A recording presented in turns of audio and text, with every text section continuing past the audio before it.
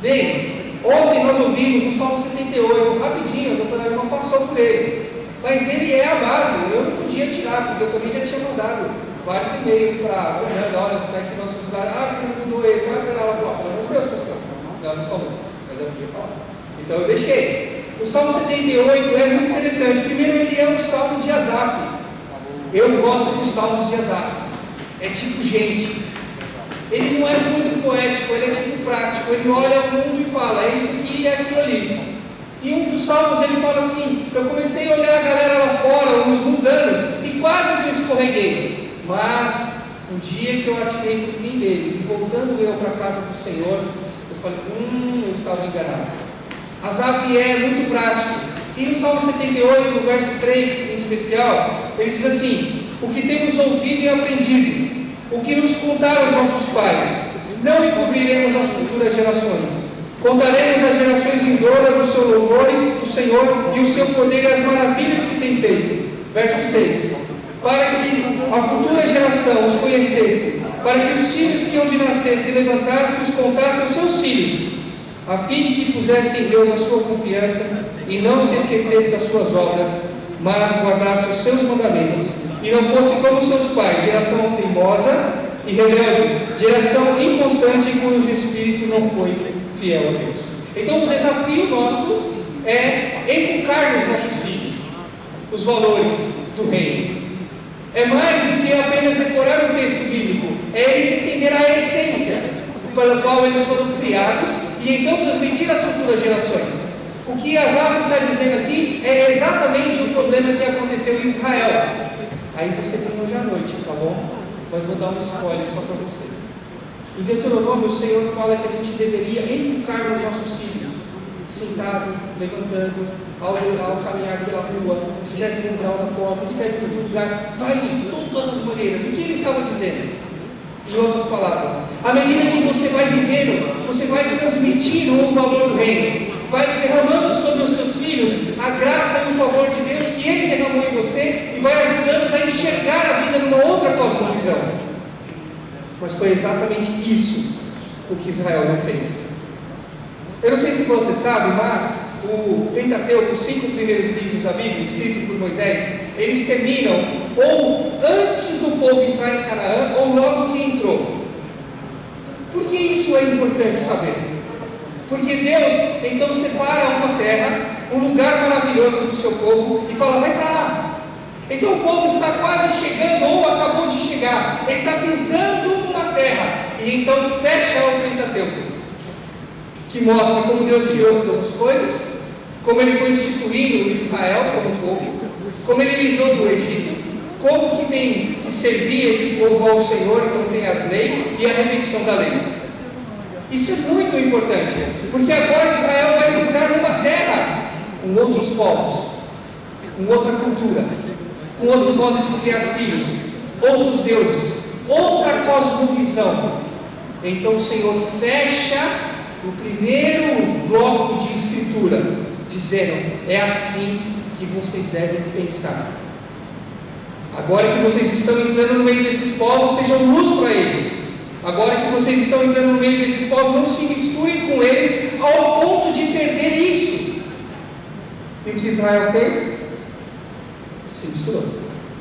E então Josué aparece num dado momento, no final do livro de Josué, ele diz diante de todo o povo, eu não sei vocês, eu e a minha casa serviremos ao Senhor. E todo o povo falou o quê? É isso aí, estamos juntos, fechou. Vira uma página da sua Bíblia, vira outra página, Juízes capítulo 2, está escrito assim, então se levantou uma geração que não conhecia o Senhor. Tem lógica, a gente falar que o brasileiro não conhece o Senhor, é possível. Eu encontrei uma vez uma criança de uns 8 anos, que eu falei, olha, eu vou te dar um presente, está aqui uma Bíblia. Ela falou, nossa tio, que legal, o que é uma Bíblia? Tá, é possível. Agora, um israelita, não é possível. E foi possível. Porque na transmissão de Deuteronômio, eles foram deixando de falar, deixando de inculcar, deixando de inspirar, deixando de colher, dizendo, foi o Senhor que deu. Deixando de plantar e dizer, o Senhor é que vai fazer crescer. Eles estão deixando ao ponto de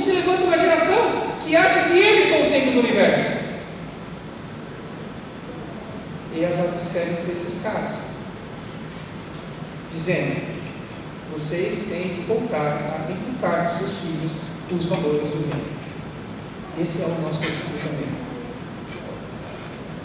Bom, essa daí é a minha família, está aí na tela, vai aparecer. Então a Dani está aqui comigo, e é uma alegria demais, irmão. Eu viajo demais, e a Dani nunca vai, agora ela veio. Que alegria! Nós temos 2 filhos, graças a Deus puxaram para ela, né? Rafaela, 16 anos, não está disponível para namoro, só para deixar claro, ok? E Bernardo vai fazer 13 anos, já está pronto para casar, tá? Diz que é assim, pai de menino e menina, né? Um segura e outro libera. Se for perguntar para a mãe, é possível que a mãe fale o inverso. A Rafaela já pode, meu bebê não pode, né? Então nós somos aí, essa família, e como eu gosto de dizer na introdução, nós somos uma família perfeita, perfeitamente igual a sua. Com o marido cheio de problemas, 1.239 problemas por dia, mulher 4 problemas por dia, filhos que desobedecem, que nós lutamos com as telas lá em casa também, com desobediência, com capacidade da pessoa pensar que ser possível jogar bola a tarde inteira e então dormir sem tomar banho. Lá em casa acontece essas coisas também. Então nós somos igual a vocês. Eu tenho um agravante na minha história, e isso afeta diretamente a minha família, como você vai ver. Eu sou órfão, e eu gosto de dizer isso na introdução também. Demorou muitos anos para eu poder dizer isso. Foi uma direção de Deus que me protege de uma falsa imagem. Uma falsa imagem que você pode criar de tudo que nós vamos ver daqui a pouco. Falar: nossa, que perfeito. Não, eu sou órfão. Órfão dá muito trabalho. Órfão tem muitas feridas. Órfão dá problema na escola, órfão dá problema em casa, no casamento. Se você casou com um órfão, minha irmã, misericórdia, ora por ele. Se você casou com uma órfã, meu irmão, misericórdia, ora por ela. Órfãos carregam feridas significativas que têm que constantemente vir aqui, ó, na cruz de Cristo, falar: meu Deus, me ajuda. Isso é a realidade. Então meu pai faleceu quando eu tinha 3 anos de idade, foi uma morte fulminante. Meu pai tinha 31 anos quando faleceu de infarto, né? Eu tinha 3 anos, meu irmão tinha 7 meses. Nós crescemos, meus avós vieram morar com a gente lá em São Paulo, capital, e nós crescemos ali, fomos estudando, e então, muitos anos depois, em 2013 somente, já era casado com a Dani, já tinha a Rafa, já tinha o Bernardo pequeno. Foi a primeira vez que eu tive acesso a esse material do movimento Mundo Precisa de um Pai. Então foi um divisor na minha história, completamente. Mudou. Uma das primeiras coisas que eu precisei fazer quando fui totalmente impactado ali em Curitiba, tinham 16 líderes do Brasil em Curitiba, foi o primeiro encontro de paternidade no Brasil. Primeira coisa que eu fiz quando eu voltei, eu tive que ir até a Dani e pedir perdão para ela, porque eu não amava ela de verdade, eu amava a mim mesmo, um amor egoísta. Eu tive que pedir a ela perdão, porque eu não era um marido de verdade, eu era uma falsidade. Eu tive que pedir perdão a Rafaela, que tinha acho que uns 5 anos. Abaixei e falei: olha, minha filha, me perdoa, não tenho sido um pai de verdade. E eu fui lá no berço, uma coisa doida, né? E eu pedi perdão para o meu filho, bebezinho, Bernardo, porque eu já não estava sendo um pai de verdade para ele. Então, queridos, a primeira coisa que eu tive que decidir na minha vida, e tudo isso já começou, tá? Mas agora que começa o desenho, que você depois, se não pegar, depois não pega mais, tá? A primeira decisão que eu tomei na minha vida foi que a orfandade parou em mim. Acabou. Não estou dizendo que eu não vou expressar a orfandade, feridas dos meus filhos, que eu não vou errar, mas enquanto eu viver, meu filho vai ter pai, minha filha vai ter pai. Então essa é a primeira decisão que você precisa, talvez, já tomar em tempo. A orfandade precisa parar em você. Independente até se você tem filhos pequenos ou filhos já casados, ou se você nem tem filhos. Para viver a vida abundante que Jesus promete na sua palavra, a orfandade tem que parar em você. Porque órfão se esconde atrás das suas feridas, órfão se esconde atrás das suas dores, órfão arruma desculpa toda hora para não fazer aquilo que Deus espera dele. Órfão precisa dizer: a orfandade parou em mim. Essa é a primeira decisão. Então nós revertemos a orfandade quando nós tomamos essa decisão. Então já marca esse ponto. O pastor Cássio está aí na tela. Ele e a Jane é o escritor do livro que está ali. Depois a gente vai mostrar no final um pouco mais sobre o material.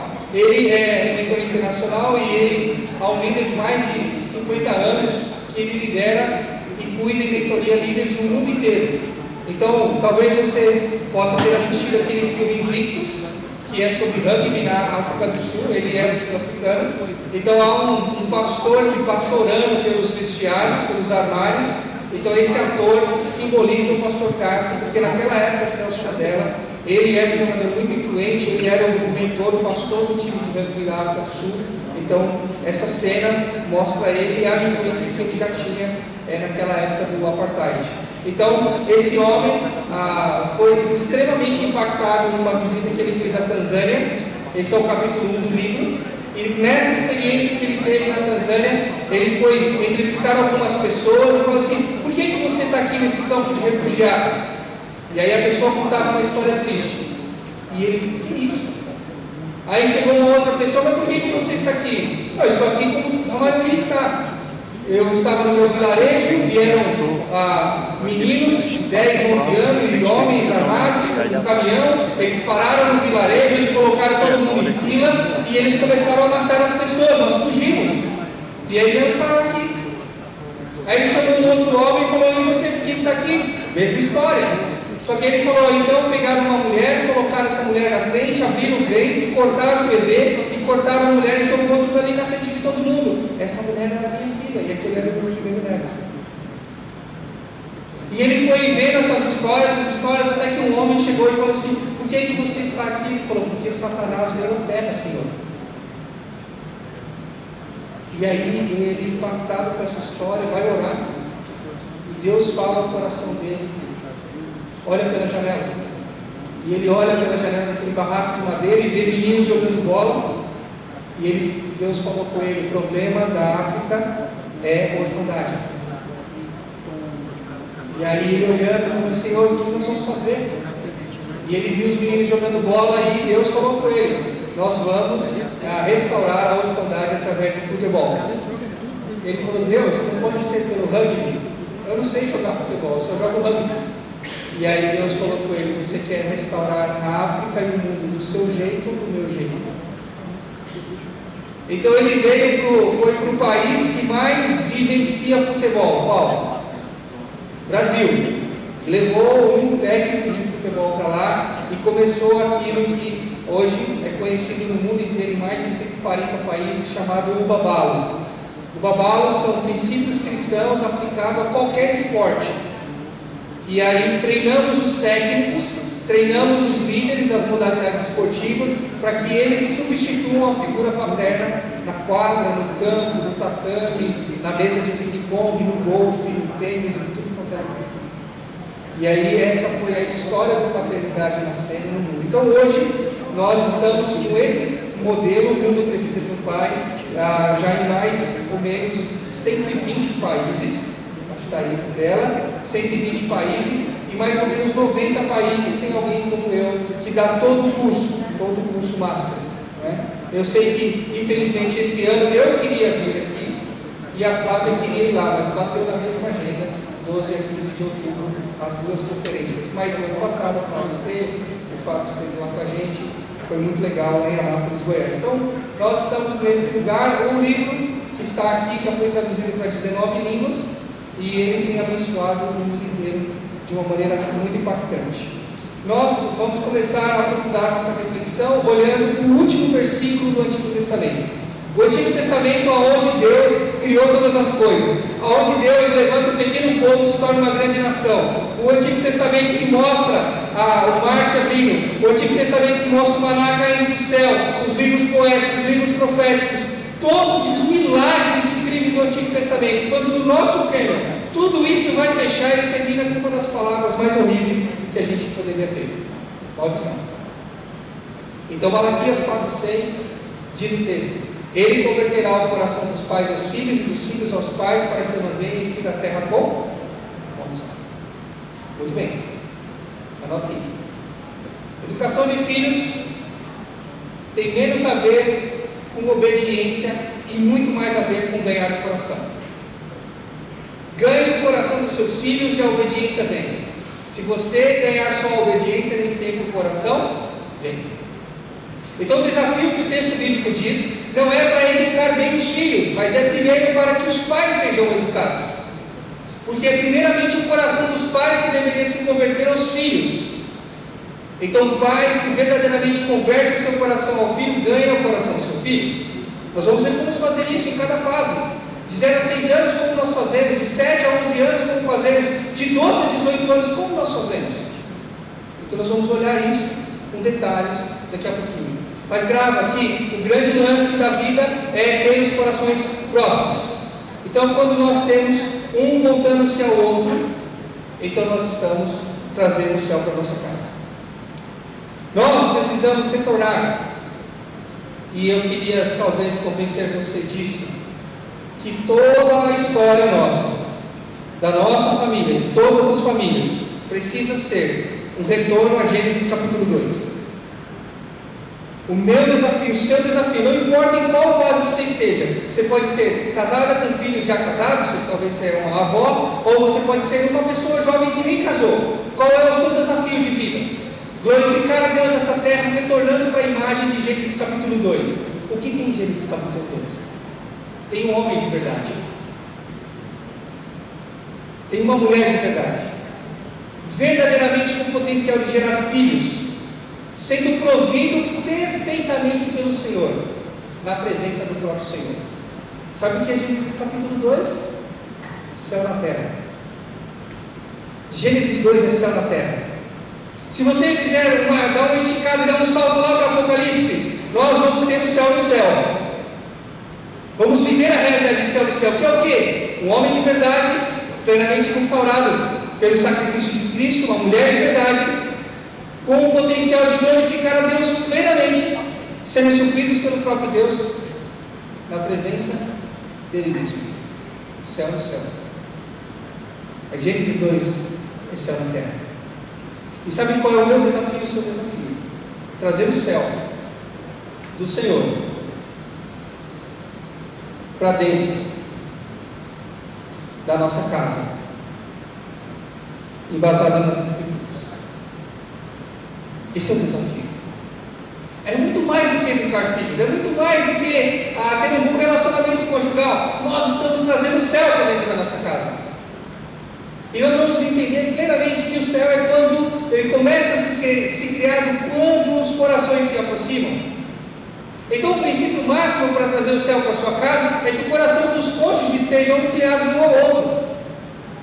Então não traz o céu para casa quem tem o coração inclinado a trabalho, a uma outra mulher, ou a um outro homem, ou nem aos seus filhos. É o coração do marido, da sua esposa, da esposa do seu marido.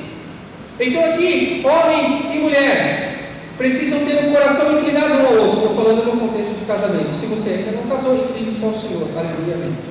Até que a bênção chegue na sua casa. Então aqui, um inclinado ao outro. Ambos inclinados aos seus filhos. Então nós ouvimos um pouco a Flávia falando.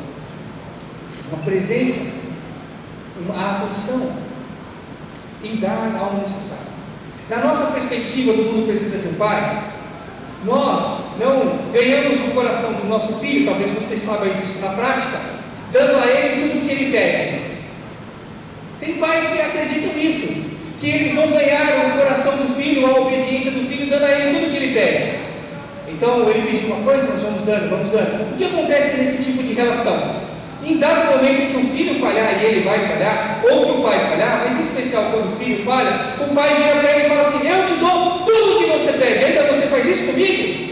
É um absurdo. Não dá certo. Um outro modelo que é extremamente falho também é dar aos filhos tudo o que nós não tivemos. Então a gente vai dando a eles presentes que são na verdade para nós. Eu conheci uma pessoa que deu uma coleção de carrinhos para o filho, e o filho não pode brincar com eles. Tem lógica. De quem é o presente? É do pai. Ou então aquele pai que chegou em casa com uma caixinha assim preta, não é? Abriu, ligou na televisão, sabe, já pegou, né? Aí abriu o quê? Um Atari. um Atari. O sonho do pai era ter um Atari, ele não conseguiu, aí ele comprou para o filho pega e fala, pai, é esquisito. Não, você não sabe, deixa aqui, veja aqui o pai, como é que joga, Pac-Man. Então, ele comprou para o filho. Então, dar tudo o que nós não tivermos, na esperança de ganhar o coração, não dá certo. Então, qual é a real? É que nós ganhamos o coração dos nossos filhos, dando a eles o que eles necessitam. A grande questão é que feridas emocionais, elas se instalam no coração, na vida, na história nossa, quando nós não temos as nossas necessidades atendidas. Todo mundo compreende que tem coisas que você não vai conseguir na vida, mas é muito complicado quando falta o necessário. Isso aqui não é um dente, tá? É um iceberg. Está nítido, mas o pessoal acha que é um dente que foi arrancado. Não é não, é um iceberg. Então, nós temos feridas que vão se instaurando aqui embaixo da água. Coisas que ninguém vê. Aqui o que está acima da água é o que todo mundo vê.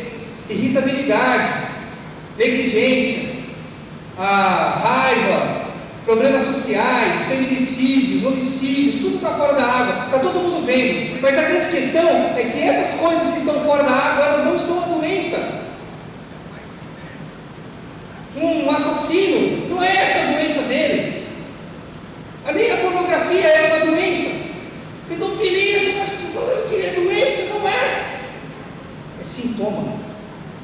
As coisas que você assiste na televisão, nem sei se deveria assistir aqueles programas que passam meio-dia, mas quando você liga ali, então a próxima vez que você ligar a televisão meio-dia para ver aqueles programas, você fala assim, vamos ver os sintomas da sociedade, não as doenças. Então nós refletimos aqui na vida social, ações e distúrbios causados ou embasados por feridas. Feridos ferem. Então essa é a realidade. Eu espero até o final da palestra tragar o seu olho de tal maneira que você não consegue assistir mais nada sem lembrar de orfandade e sem lembrar desse desenho aqui. As feridas estão aqui embaixo porque as necessidades não foram supridas. Então os casamentos estão se divorciando, o divórcio está aqui. Não é doença, é um sintoma de uma ferida. A gente tem, por exemplo, o feminicídio. Quem discute que não pode bater uma mulher? Ninguém discute, é uma coisa óbvia. Mas o que tem 100% dos casos de feminicídio? 100%. Nós temos uma vítima e nós temos um menino. Porque não é homem, é menino. É menino que não cresceu. Porque menino é que faz birra quando é contrariado. É menino que chuta, que bate quando ele é contrariado. Então ele cresce, tem jeito de homem, corpo de homem, barba de homem, mas é menino. Então, isso aqui, feminicídio não é a doença, é o sintoma de uma ferida paterna, de falta de treinamento. E assim, você pode olhar tudo que está se discutindo na televisão, tudo que as sociedades, não só o Brasil, mas outros países estão discutindo, eles discutem sintomas. E nós vamos falar de feridas debaixo da água, como resolver tudo. Então, o desafio da paternidade é ajudar os pais a terem os seus corações convertidos aos seus filhos, os filhos convertidos aos seus pais. Quando nós entramos no mundo do Novo Testamento, Lucas 1,17 diz que o mandato de João Batista era isso. Olha lá, converter o coração dos pais aos filhos, converter o rebelde à sabedoria dos justos e preparar um povo santo para o Senhor. Não aqui na igreja de missão, mas lá na igreja que eu venho, a gente se concentra bastante no último item. Vários cursos, escola dominical, várias coisas. Então, focado em preparar um povo para o Senhor. Mas uma análise correta do texto precisa seguir a ordem que o autor inspirado seguiu. Então imagina o seguinte, quando o povo leu o texto de Lucas e leu lá, converter o coração dos pais aos filhos, o que eles lembraram? Exatamente o que você lembrou e não quis falar. Malaquias 4:6. Ele falou, opa, esse é o mandato dele, e isso foi o que Malaquias falou. Interessante. Então, o que Malaquias disse é que o coração precisa ser ganho. Quando o coração é ganho, então a segunda parte começa a crescer. Quando o coração é ganho, o céu começa a reinar dentro dessa casa. Então, imagine alguém olhando de uma janela para dentro da casa em Malaquias 4,6 e diz: a maldição está em todo canto, porque os corações estão distantes. Essa é a imagem de Malaquias. Quando nós olhamos agora para Lucas, alguém está dizendo assim: sabe como resolve esse negócio aí? O coração precisa estar perto. E vamos imaginar que a perdão entre o casal seja o que aconteceu. Perdoa. E então o coração volta. E agora os pais perdoam os filhos perdoam os pais. Nós estamos vivendo um novo tempo, uma nova atmosfera dentro de casa. É céu na terra. Ninguém tem culpa, ninguém tem erro e falha com ninguém que não possa ser perdoado. Nós amamos incondicionalmente. Céu na terra. Céu na casa. E então o rebelde, como diz o texto, que é rebelde, mas não é bobo.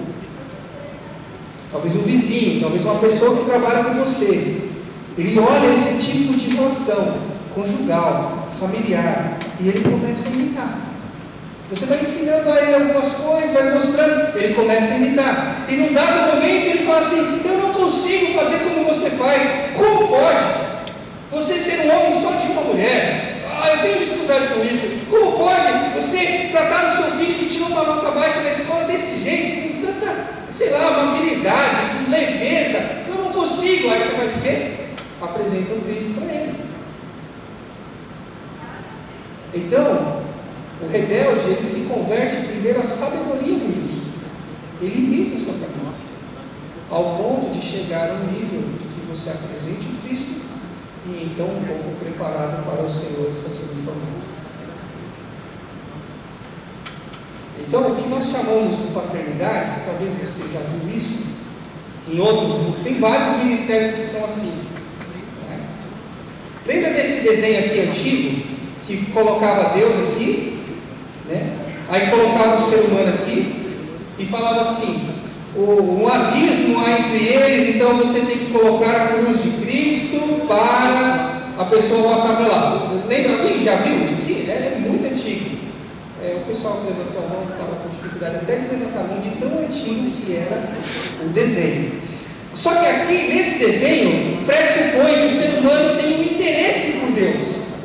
Ele tem um interesse, mas ele não consegue pular. Então eu sei como pular, Cristo é o caminho. Aí você apresenta e ele vai.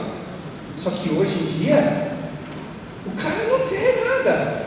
Ele não tem nenhum interesse. Ele não tem interesse. Ele está aqui, completamente apático, entendendo claramente que a última coisa que ele precisa é de igreja, é de Deus, esse negócio, essa retrógrada ideia judaico-cristã. Ele está aqui atrás. O que você faz com ele? Você se aproxima, abre a sua casa, deixa ele enxergar o que Deus tem feito na sua vida, no seu casamento, no trato com seus filhos, e então ele fala: epa, tem um interesse em saber mais. Então a nossa casa se torna um ministério de primeira ponte. Nós nos aproximamos do não cristão, mostramos a ele o que Deus tem feito em nós, as curas das nossas feridas paternas e maternas. Ele olha e fala: isso aí é interessante. Quando ele diz isso, ele vem para cá. E aí ele começa a imitar. E então você apresenta o Cristo que o leva para a presença de Deus. Ministério de primeira ponte: minha casa é sua casa. Abra a sua casa. Então a primeira maneira que a gente reverte a orfandade, lembra? A orfandade parou em... Fala o mim, tá? A orfandade parou em... Isso. Segunda maneira: abra a sua casa. E nós temos sido desafiados todo o tempo a fecharmos dentro de casa, a isolarmos as pessoas. Não. A luz pode ser colocada debaixo de uma cama. Nenhuma cidade ser escondida no alto do monte. Está falando sobre o quê? Está falando sobre vela e sobre cidade? Não, está falando sobre a minha casa, a sua casa. A minha vida, a sua vida. Então abra a sua casa.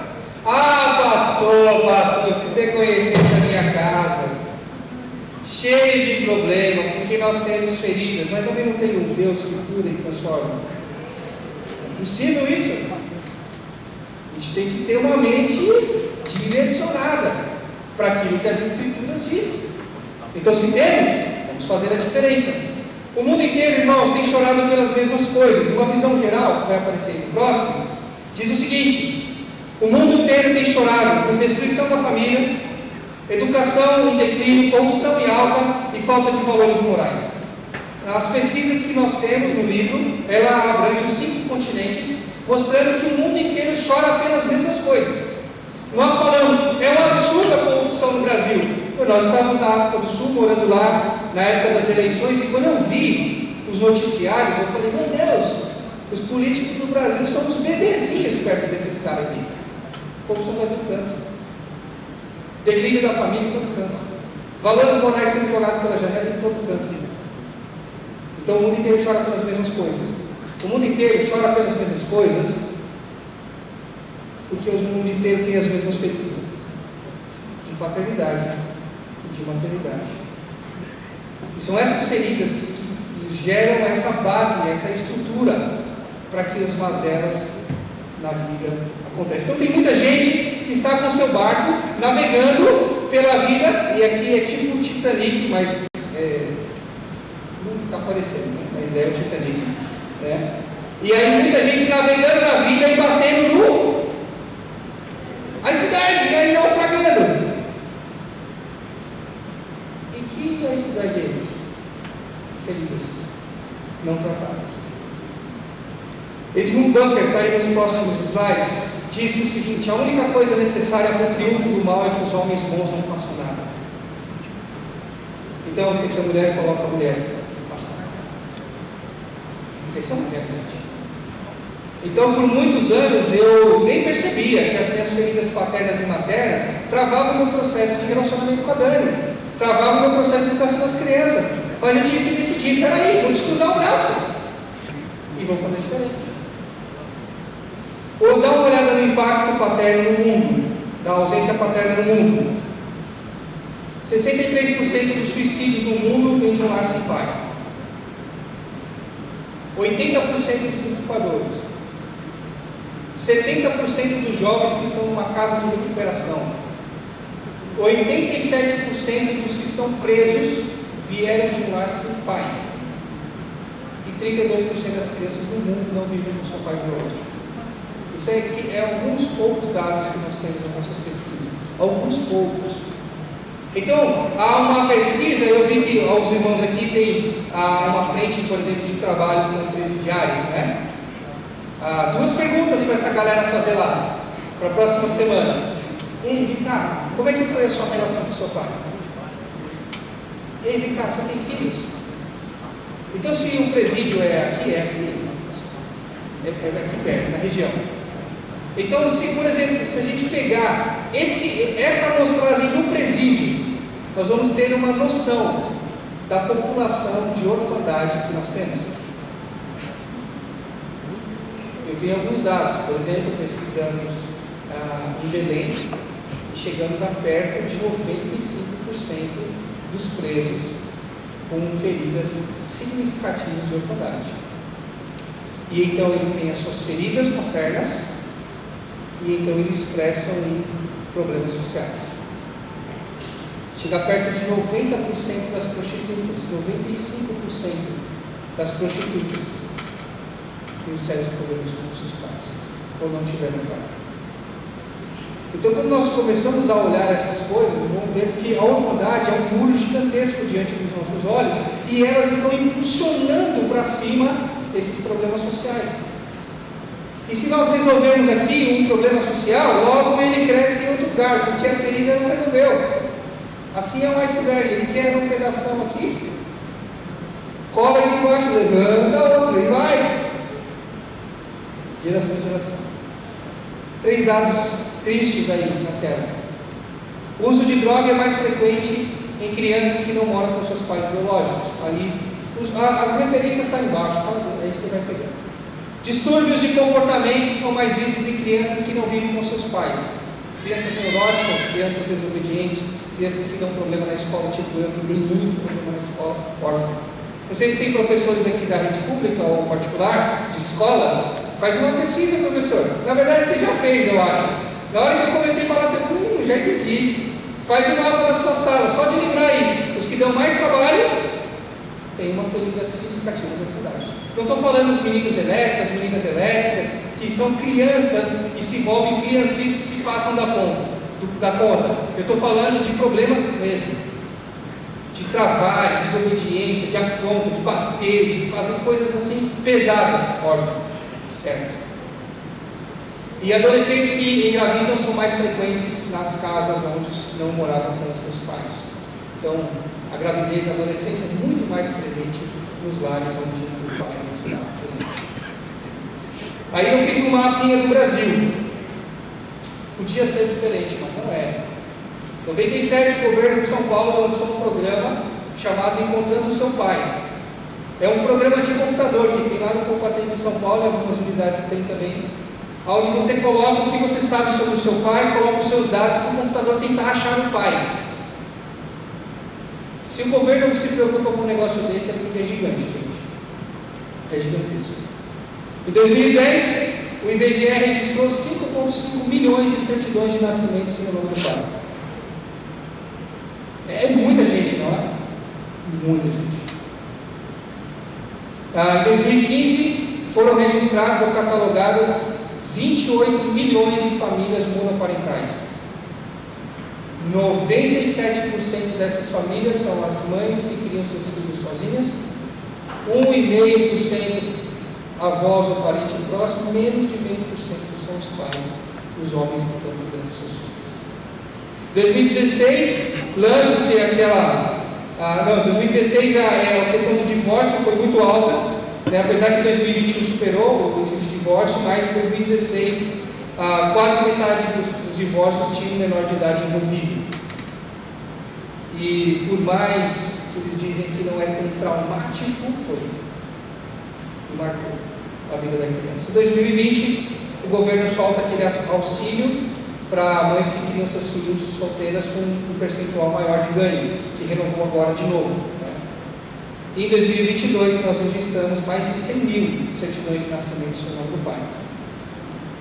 Então, esse é um dado. E os órfãos, ou eles estão na nossa casa ou muito perto dela. Ou o nosso filho está vivendo aspectos de orfandade, ou ele tem 10 amigos na escola que está vivendo isso e vai influenciar a vida dele, como nós vamos ver daqui a pouco. Tem 1.500 jovens pesquisados pela Folha de São Paulo, 2 em cada 3 dos menores infratores não conheciam seu pai ou não viviam com ele.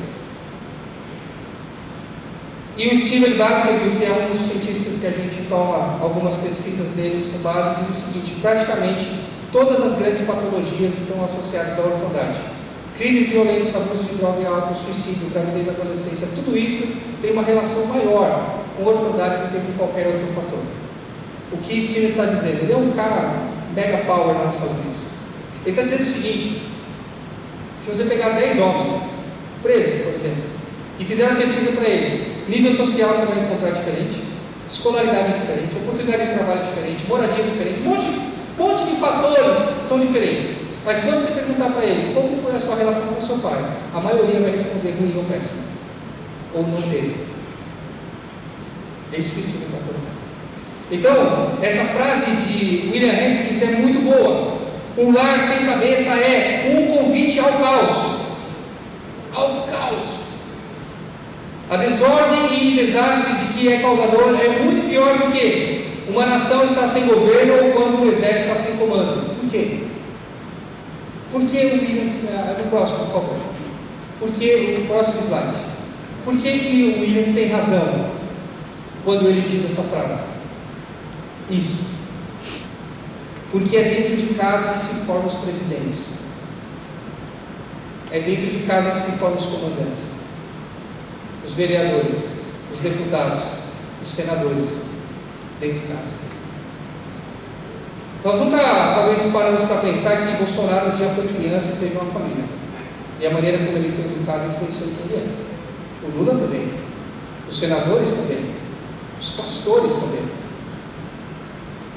Então a maneira como nós resolvemos isso ou não resolvemos vai influenciar como a gente joga a vida, na vida social, como a gente lida aqui em cima.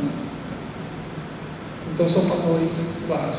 Quando nós falamos de orfandade, quero trazer você agora para a mesma página, porque eu sei onde você está agora. Você está assim dizendo, meu Deus, eu nunca tinha visto esse negócio desse tamanho.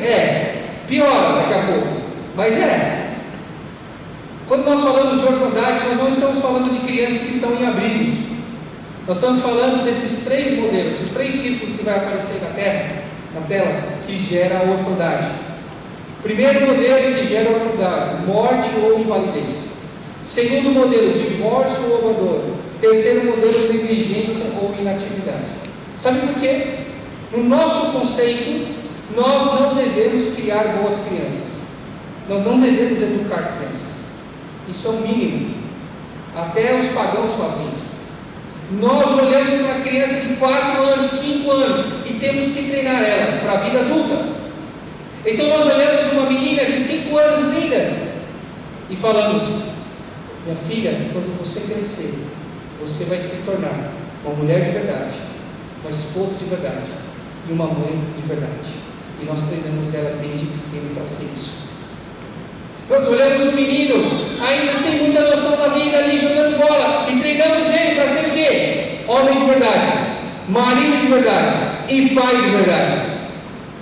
Porque daqui a pouco, nós vamos olhar uma linha do tempo, vou olhar aqui, e ver que se a gente dividir a vida em partes, nós vivemos 25 anos dentro de casa e 50 anos, pelo menos, fora de casa.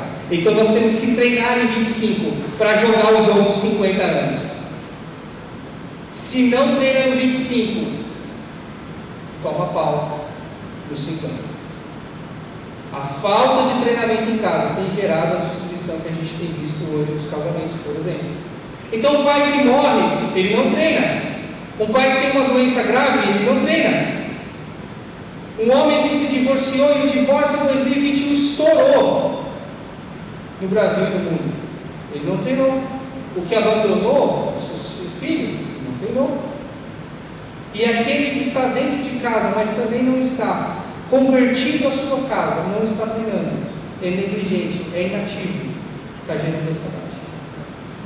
Então esses 3 modelos fazem um tripé que moldam essas questões de feridas e que impactam a sociedade. Como nós somos evangélicos, né? Nós cremos verdadeiramente que no pé desse negócio todo aqui nós temos um pecado. O pecado não é a base dessa estrutura dos problemas sociais.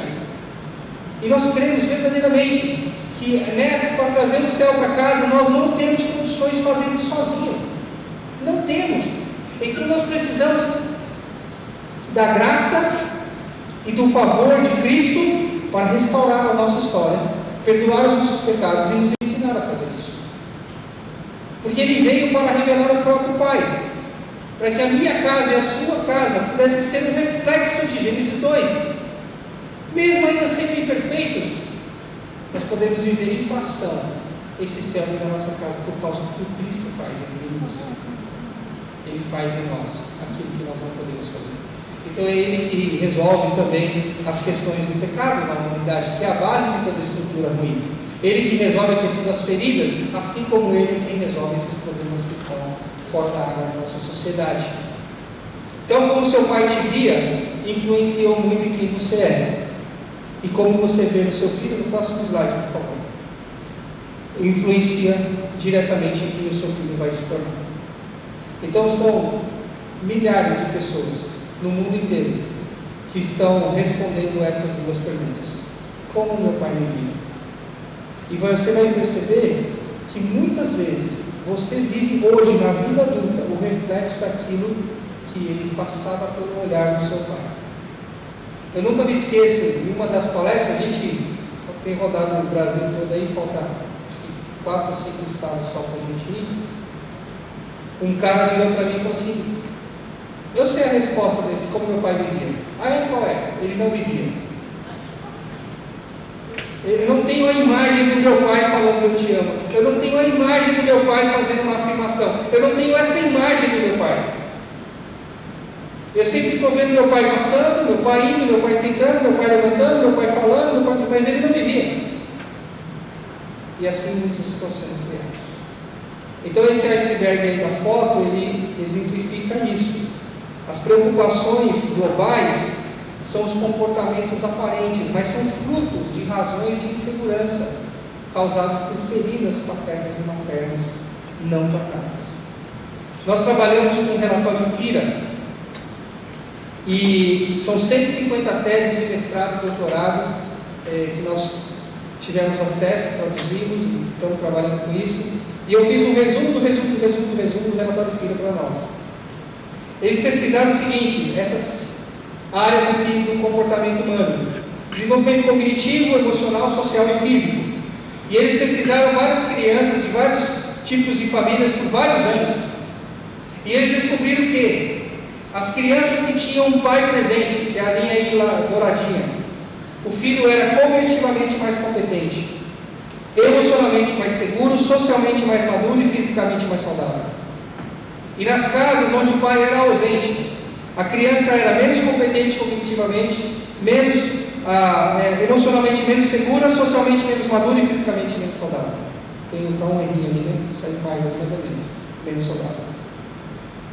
E nós acrescentamos o próximo slide, porque ele tem uma relação direta comigo e com você todas as vezes que a gente pisa na igreja.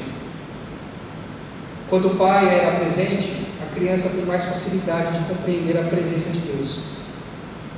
Quando o seu pai biológico é ausente, nós temos mais dificuldade de compreender a presença de Deus. Não é à toa que para muitas pessoas, eu fico até arrepiado, você não consegue ver daí, que quando ela vem aqui e o pastor ele abre a Bíblia e fala: hoje nós vamos falar sobre Deus Pai, inconscientemente ela dá uma recuada, porque não é uma palavra fácil.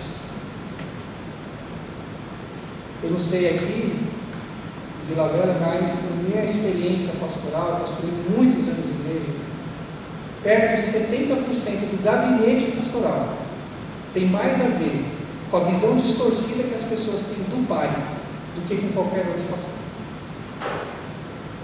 Como é isso, pastor? Vou te dar um exemplo, eu posso? Vamos imaginar uma pessoa que cresceu numa família de um pai emocionalmente instável, que a imagem dele social é firmada no dinheiro. Talvez não tenha aqui em Vila Velha nenhum desse tipo, mas sabia que em outros lugares tem, tá bom? Então o cara é emocionalmente instável e ele se mostra socialmente como alguém que se firma nas posses, na roupa, no carro, na casa, enfim. Então imagina essa criação. Chegou o quinto dia do mês, quinto dia útil. O que tem no quinto dia útil?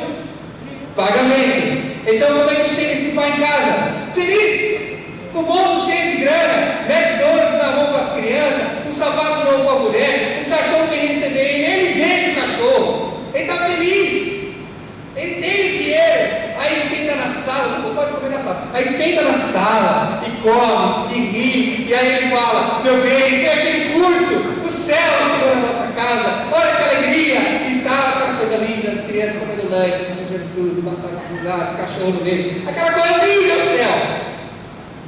O tempo passa, o tempo voa, não é um bobeirinho, tá?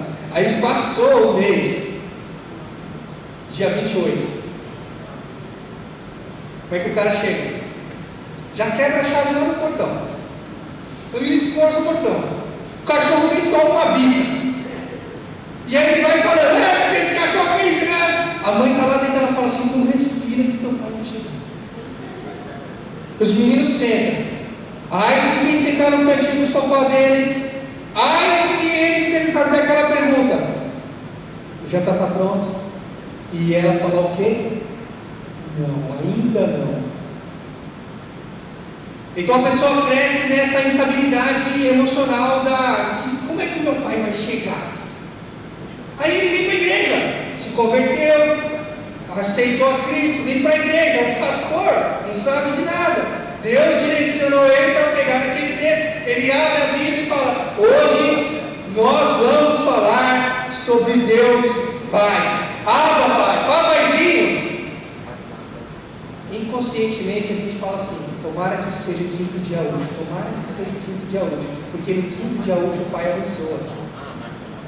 E aí, terminou o sermão do pastor, a gente vem até e fala: pastor, dia 27, hein? Hoje foi duro, hein? Dia 27, hein? Pegou pesado. Isso a gente lida em vários aspectos, irmãos.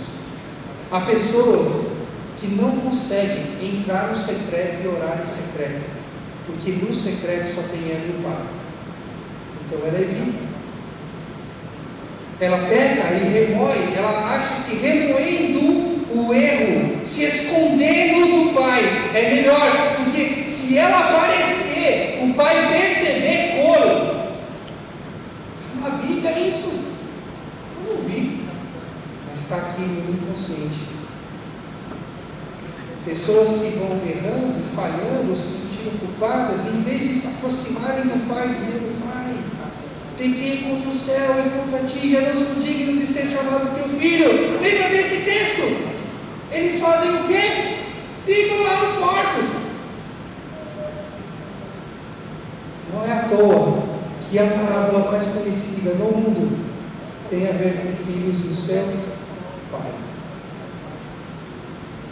É para você voltar, é para você entrar na casa e viver a festa, mesmo sendo digno.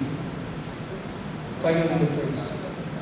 Ele perdoa, troca a veste, dá o anel, põe sandália, resolve a questão lá com o novilho cevado. Entra, meu filho! Meu filho voltou!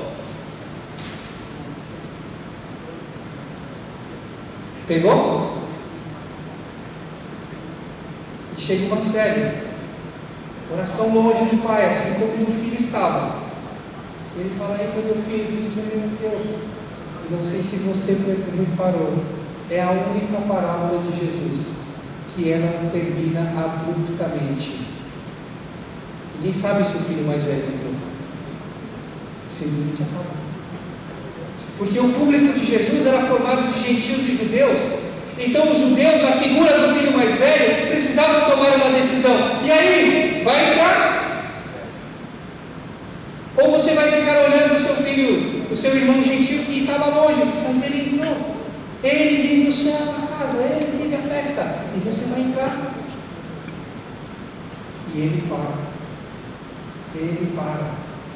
E fica perguntando. Há muitos filhos de Deus longe da casa do Pai, longe dessa realidade de céu na casa, céu na vida, céu na terra, vida abundante que Jesus chamou, porque eles não conseguem ter essa relação com o Pai. Bem, quando a gente chega até aqui, e esse cronômetro que está rodando é para mim, né? O 35. Falta 5 minutos? Ou 35 minutos? Tá bom, meu Deus, perdão. Eu me empolgo, gente. Por isso que demora 20 horas, aí você vai falar, é por isso. Princípio 2, que nós temos visto no nosso curso, a gente precisa moldar a vida em cada fase. A crise, irmãos, agora eu vou dar uma acelerada aí, tá? A equipe do slide. A crise que nós estamos vivendo na nossa casa precisa de paixão, para que a gente viva a visão de Deus. Se nós não imprimirmos paixão sobre a crise, nós não mudamos a realidade da nossa casa. Tem que estar apaixonado, para que a gente atinja essa visão de Deus e trazer o céu para a nossa casa. E então, como nós fazemos isso em cada fase? Aí está aí na tela: 0 a 6 anos, fase da mãe; 7 a 12 anos, fase do pai; 12 a 18 anos, fase dos amigos; e 18 a 25 anos, fase do pai novamente. Essa é a crise que nós vivemos. Lembra daquele princípio? Nós temos que dar ao nosso filho o que ele necessita. Lembra disso? É aqui que se aplica. 0 a 6 anos. O que nós fazemos para ganhar o coração do nosso filho? Mãe. Temos que dar a mãe para o nosso filho. Independente se ela trabalha fora ou não, ela precisa estar atenta que a maior necessidade do filho é ela. Eu não disse para você que tudo que está em Gênesis 2 é o que o homem precisa? Então nós precisamos de 0 a 6 anos dentro de casa de uma mãe de verdade. 0 a 6 anos tem duas coisas que acontecem que vai influenciar a vida inteira. Primeiro, há um salto de intelectualidade de 0 a 7 anos que não existe em nenhuma outra fase da vida. Nós saímos do nem entender as coisas direito, nem enxergar direito, para 7 anos, uma construção de uma história, de um enredo, de encenar um personagem. É um salto cognitivo que nunca mais se dará. Você pode depois fazer mestrado, doutorado, pós-doutorado, falar inglês, francês, mandarim, e o seu cérebro não dá um salto tão grande como ele deu nessa fase. Mas o que aconteceu em 15 anos para trás, mais ou menos? A sociedade pilhou nas mulheres que o sonho delas, elas seriam mulheres de verdade, quando elas saíssem de casa. É fora de casa que está uma mulher de verdade. E elas saíram. E qual é o resultado de 10, 15 anos? Saiu uma pesquisa esse ano, que essa é a geração mais burra do que os seus pais. Porque as pesquisas sempre mostraram que a próxima geração é mais inteligente, mais esperta, mais ligeira. E essa é mais burra. Isso tem um efeito direto dentro das nossas casas, por causa da fase da mãe. Então a mãe, ela desperta esse processo intelectual, cognitivo, com muita mais facilidade do que o homem. E a mãe aprofunda a intimidade como nenhum outro ser do planeta Terra. Então eu chego em casa, a Dani fala: amor, a Rafa não está bem. Eu falei: não, ela está bem sim. Está bem? Passei por ela, falei: aí, filho, tudo bem? Ela falou: tudo bem? Não está, eu estou sentindo. Não sei se aqui em Vila Velha tem as mulheres que sentem um negócio que ninguém sabe, nem ela sabe o que é. Eu estou sentindo alguma coisa está errada. Aí o pai entra lá no quarto da menina, vê se ela está bem, bate na porta: filha, tudo bem? Posso entrar? Filha, você está tudo bem? Tá, pai.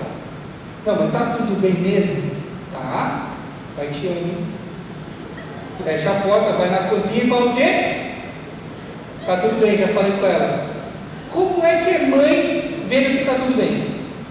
Bate na porta, ela entra, a menina está ali na cama, ela vai para lá, fecha uma porta do guarda-roupa, pega uma roupa que está no chão, bota aqui, arruma uma penteadeira, passa a mão numa escova que jamais o homem enxergaria, senta na cama assim e faz assim, ó: você não está bem, né, filha?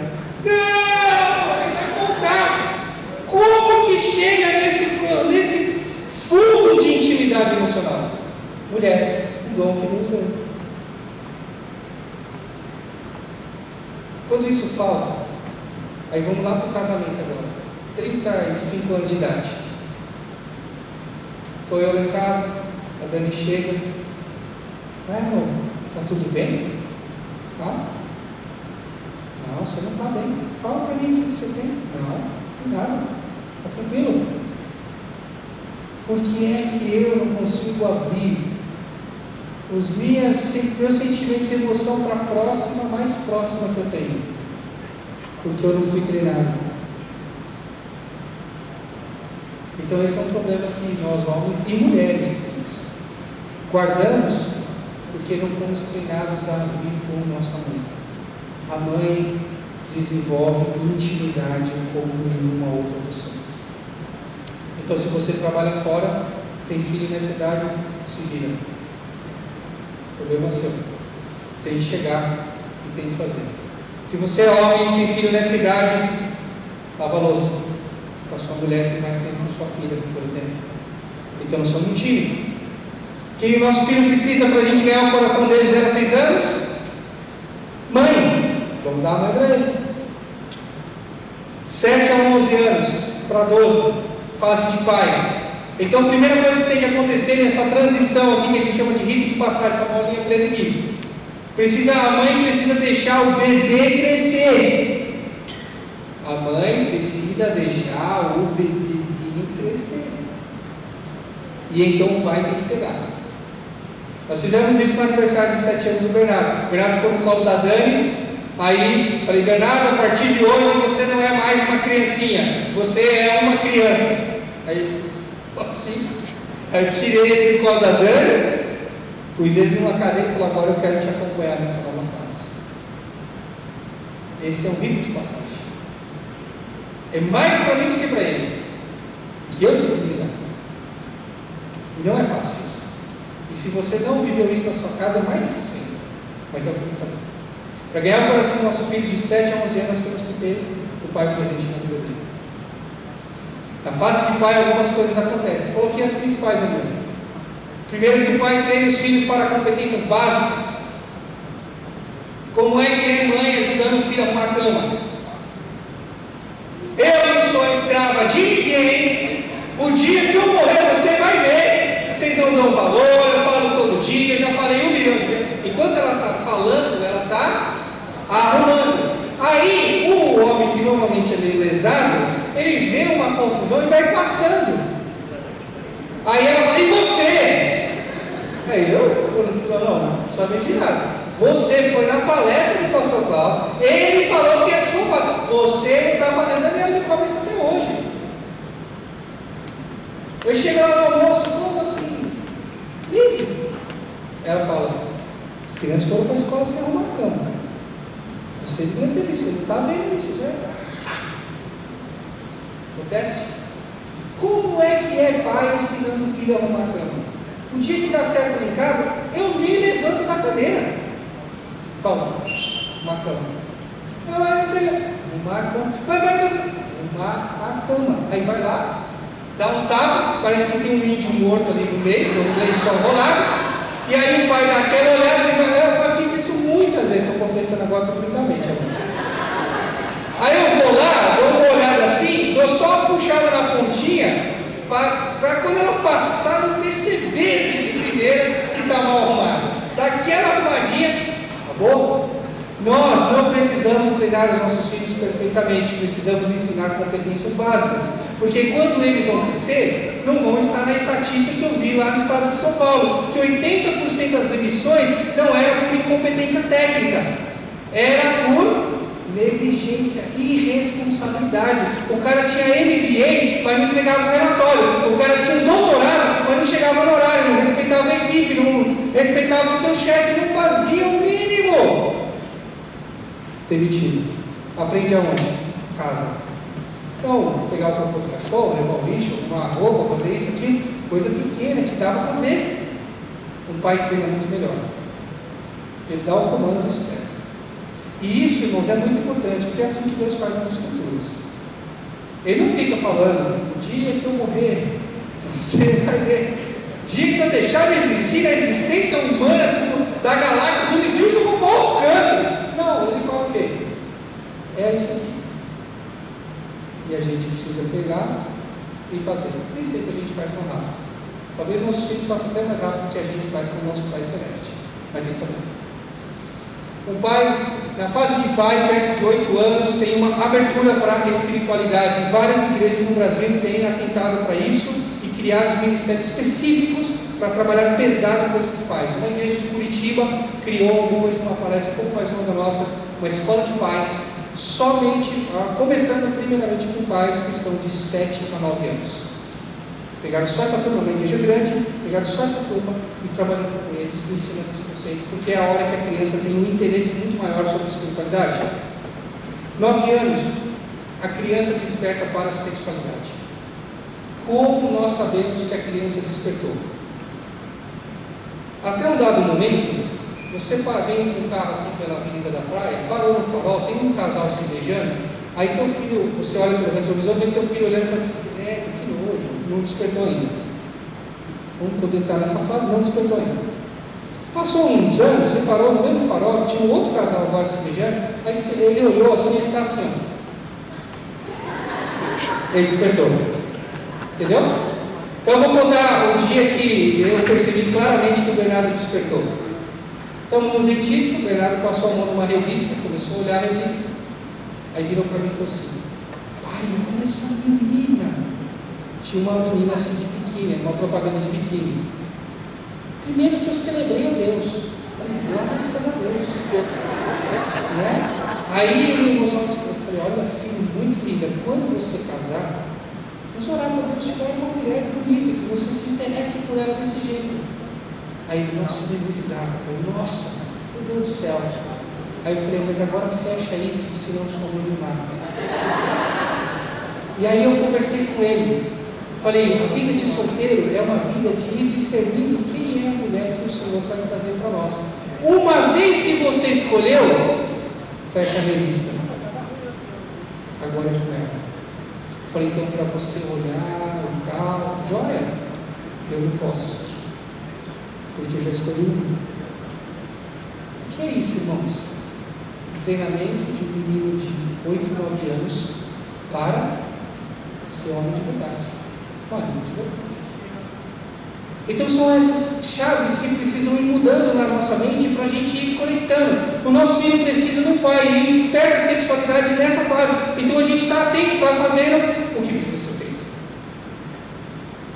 Última questão de destaque, tem muita coisa mais no livro: desenvolvimento físico. Mais perto aí de 12 anos, as meninas vão ter um corpinho mais torneado, tipo de mulheres, o menino vai ter, ainda é um franguinho, né? Mas vai ter um pouquinho mais torneado, tipo um hominho. Então o que um pai faz? O pai afirma o desenvolvimento físico. Minha filha, você está se tornando uma mulher linda. Meu filho, você está se tornando um homem forte. Porque menina, a identidade de gênero da menina afirmamos com beleza. A identidade de gênero do menino afirmamos com destreza. Menino é forte, menino é ágil, menino é corajoso, porque são essas características que a gente quer inculcar, para que ele então proteja a sua família, trabalhe duro para manter a sua casa.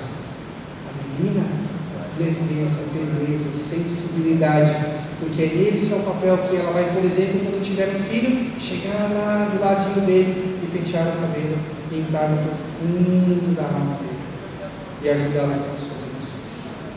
Então, fase de pai, nós ganhamos o coração do filho dando o pai. Fase de mãe, ganhamos o coração do filho dando a mãe. E 12 a 18 anos são fase dos amigos. Então aqui, isso é muito importante. Então nós temos aqui o pai e a mãe, um processo de ganhar o coração do filho, mas de repente muda a amígdala do cérebro. Há uma mudança cerebral mesmo. E então tudo aquilo que era muito importante não é mais. Então como é que você sabe que a amígdala do cérebro do seu filho mudou? Compra para ela uma camisetinha do unicórnio.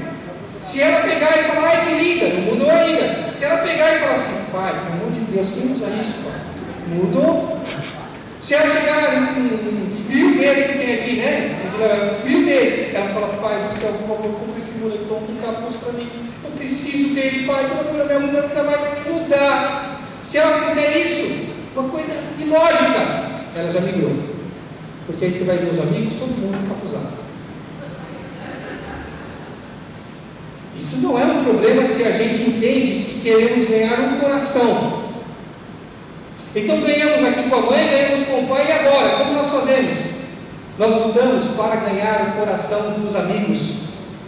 Grava isso. O seu filho em vários aspectos se torna segundo plano. Os amigos é o primeiro. Por quê? Vamos imaginar aqui que você tem um filho. Esse filho agora tem 3 amigos. 3 amigos. 3. Vamos imaginar que um desses amigos é órfão. Parabéns, você ganhou um filho. Porque abrir a casa agora se torna, amplia para um terceiro momento e a gente adota mesmo que no coração. Eu não sei se a Flávia publicou, mas eu gravei com ela sobre o princípio de adoção. Eu gravei um vídeo misturando o Núcleo Precisa de um Pai e os Guardiões. A gente misturou lá e gravei um vídeo. Eu acho que ficou bom, não sei, de repente até deletou, nem tem mais, né? Falou, ficou ruim demais, eu acho que não. Então nós adotamos no coração. E agora nós começamos, a nossa casa começa a influenciar as 3 pessoas que estão influenciando o nosso filho. Porque o que esses caras falam é a coisa mais importante para ele. De moda, de jeito, de celular, de aplicativo, tudo. O que os caras estão falando é a coisa mais importante. Então faça os amigos dos seus filhos falar bem de você. Quando eles falarem bem de você, pronto, o coração dele volta para ti. Quando ele fala assim, meu, teu pai é 10. Cara, tua mãe é 10. Tu chama ela de mãe também? Falou isso! Ele já entra, não, é minha mãe. Meu pai, ele já vem perto. O coração volta. Ganha o coração dos amigos.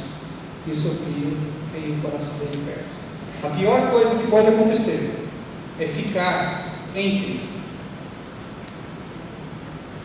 Primeiro aspecto é esse: não pode ficar o pai entre os filhos nessa fase e os amigos, porque o que é mais importante é os amigos. Então você fica contrariando um processo natural. Então na mente ele migrou para os amigos, no coração ele quer obedecer o pai. Ele não sabe se vai, não sabe se vem, não sabe se vai, não sabe se vem, não vai, se vai. Viu? Ficou doido. Ele quer estar com os amigos, mas quer também obedecer ao pai. É tipo aquele menino que vai sair de casa e fala assim: beijo, pai. Então parece que o coração está perto. Aí quando ele vai sair do pai, não vai dar com aqueles meninos. Fala, de jeito nenhum. Vira a esquina, quem está lá? Aqueles meninos. Como que constrói essa cena? Quando o pai fica entre. Agora, Jesus Cristo nos chamou para ser luz.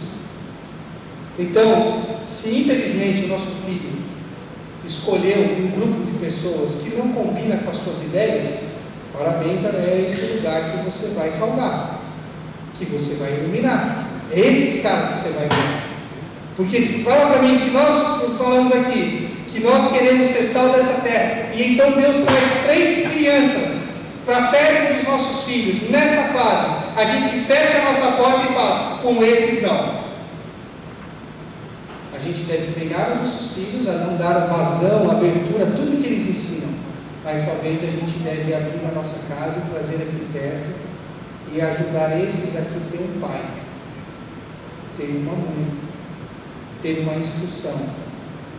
E então, curando essas feridas na vida deles,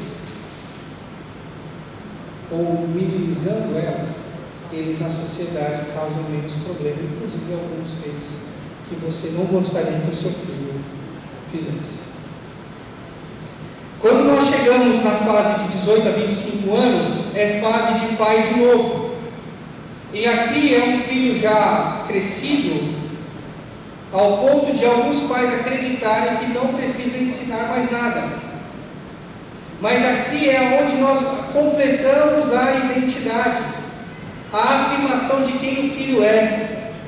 Hoje nós temos no Brasil, nesses últimos 3 ou 4 anos, uma pesquisa que apontou que nós temos 7 milhões de jovens de 18 a 33 anos, chamados da geração neném. Nem trabalha, nem estuda. E eu estou incluindo o terceiro nem trabalha, nem estuda e não estão nem aí. E onde essa galera está? Você sabe? Dentro de casa, fazendo o quê? Jogando videogame. Se você pesquisar lá, campeonatos de videogame, você não acha uma criança. Você acha jovens que não têm uma noção correta sobre o que eles vão empreender no mundo. Estão lá atrás de uma tela, jogando, destruindo inimigos para fugir dos verdadeiros. Então o pai precisa voltar a afirmar o seu filho para que ele seja projetado para as 2 maiores decisões que nós tomamos na vida nesse final. A primeira decisão nem entra nesse bolo, que é quem é Jesus, se ele é o Senhor ou não. Mas a segunda e a terceira decisão é mais ou menos agora: com quem eu vou me casar e com quem eu vou empreender na sociedade, como eu vou glorificar a Deus na vida profissional. E eles não estão fazendo isso porque o pai subiu ou nunca esteve. Então quero dar um salto para 43 a 48 anos, porque imaginei que a gente podia ter um auditório que está perto disso. De 25 a 43 anos é fase de sucesso, a vida corrida, a gente quer terminar a faculdade, fazer mestrado, ter filho, comprar casa, comprar carro, essa é loucura. E então chegamos no intervalo da vida, como num jogo de futebol, tem primeiro tempo, intervalo, segundo tempo. No intervalo da vida a gente tem que tomar uma decisão. Ouvir o nosso técnico que vai replanejar a nossa vida, a nossa história, para que a gente jogue o segundo tempo com muito mais efetividade. Se você reparar, aqui a temporada de sucesso, aqui quase não aparece, né? Sucesso, e aqui significado. Pessoas, principalmente com 55 anos para frente, elas não estão pensando mais em ter sucesso. Elas querem entender qual é o significado que elas têm nesse mundo e como elas vão deixar um legado. Então é no intervalo que a gente resolve essa pendência. É no intervalo. Então no próximo slide aí, tem um quadro geral que ajuda a gente a sintetizar muita coisa. Pai, fundamentar a história, 0 a 25 anos, pai, mãe, amigos e o pai de novo. Depois nós temos a estrutura, sucesso, crescimento e reflexão, que vai aí talvez até 45, 48 anos. Depois, finalizar bem, significado e mentoria, que talvez vai até 60 anos. E então a gente deixa um legado. Note que a mudança é significativa na hora de refletir, na hora do intervalo. Então aqui no intervalo a gente decide se nós vamos investir ou consumir. Como é que funciona a coisa? Muita gente chega no intervalo, gera essa crise chamada dos 40, e ele segue a vida como estava. Pode botar isso. Ele segue de maneira indiferente. Deixa a vida levar. Não é para completar, mas deixa levar. E tem uma consequência. Tem pessoas que chegam nessa fase e por causa de tudo que eles conquistaram, eles entendem que agora eles vão ser indulgentes, eles vão consumir o que ganharam. Eles vão usar em favor de si mesmos tudo que eles têm. Mas há pessoas, que esse é o meu desafio para você e é para mim, que eles querem ser influentes. Eles vão investir na próxima geração. Eles vão fazer diferente. Então esses são uma reta crescente até deixar um legado. Perceba que os três chegam no legado. Os três chegam. Um chega de qualquer jeito. O outro chega sozinho. Mas talvez com muita posse, muita experiência, muita viagem. Mas lá em cima, chega com muita gente, sendo influenciada por ele. Então no próximo quadro tem aí um resumo. O indiferente, ele vai viver sem visão, sempre na defensiva, sem paixão, e no final da vida vai dizer que a vida trouxe pouca satisfação e muito arrependimento. O indulgente, ele diz para ele mesmo: eu preciso disso, eu quero isso, eu mereço isso. Então ele vai se firmar sobre as posses, e no final da vida ele vai ter as posses, mas um sentimento de vazio muito grande. Mas o influente, ele vai focar na transformação das outras pessoas, buscar a satisfação em treinar outros, em cuidar de outros, e então ele vai viver uma vida com uma perspectiva crescente de influência, abençoando a próxima geração. Então, quando nós revertemos a orfandade no quarto ponto, isso eu vou fazer aqui na próxima folha, é pensando em 10 mais, 10 menos, e isso tem revolucionado várias igrejas e várias pessoas. Eu peguei o 10 mais e 10 menos, é isso aqui. Então imagina uma pessoa aqui 10 mais, 10 menos, a linha da vida. Pega uma pessoa, por exemplo, de 35 anos, mais, aqui dá 45, menos, aqui dá 25. Se você pegar esse número, perceba o que Jesus ensinou para nós: ide por todo mundo e fazer discípulo. O que é isso? Ser discípulo de Jesus é segui-lo, viver na sombra dele, nos passos dele. Então, fazer discípulo é nada mais nada menos que ensinar as pessoas a andar com Jesus, à medida que você vai andando. Então, isso tem mais a ver com a vida normal do que com uma revista que você vai estudar alguns versículos bíblicos.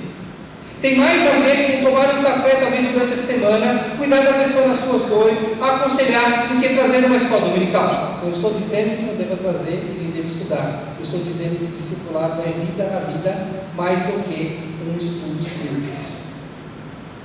Então, pensando nesse aspecto de fazer discípulo, o cara que tem 35 anos, ele escolhe na comunidade um homem com 45, 50.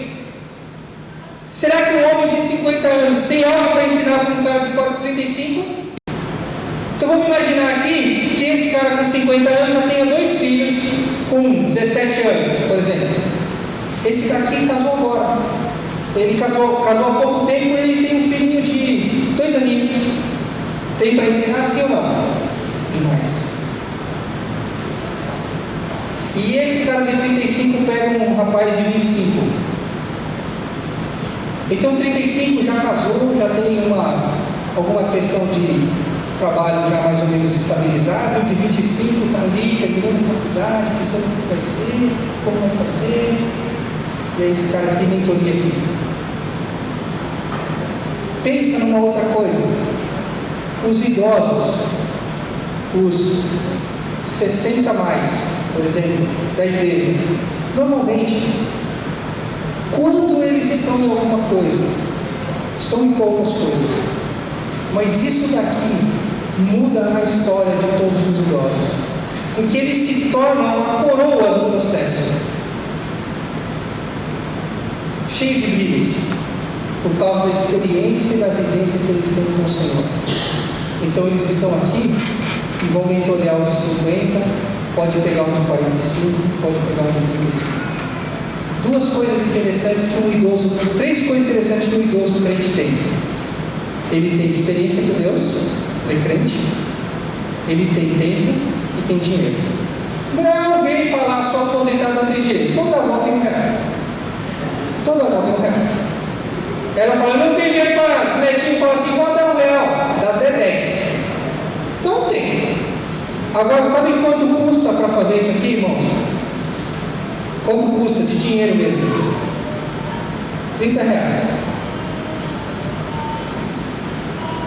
Então, com R$30, o cara de 35 chama o de 50 para um café e gasta R$30 conversando sobre a vida.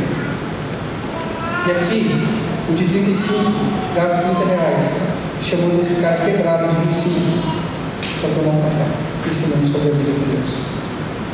E sabe o que é isso aqui? É o quarto aspecto da reversão da orfandade no mundo. Discipulado é reversão de orfandade. Porque então a gente mentoria as pessoas para a vida. E muitos desses que vão ser mentoriados são órfãos, nunca tiveram uma figura paterna na vida deles. Eu acho que o tempo estourou.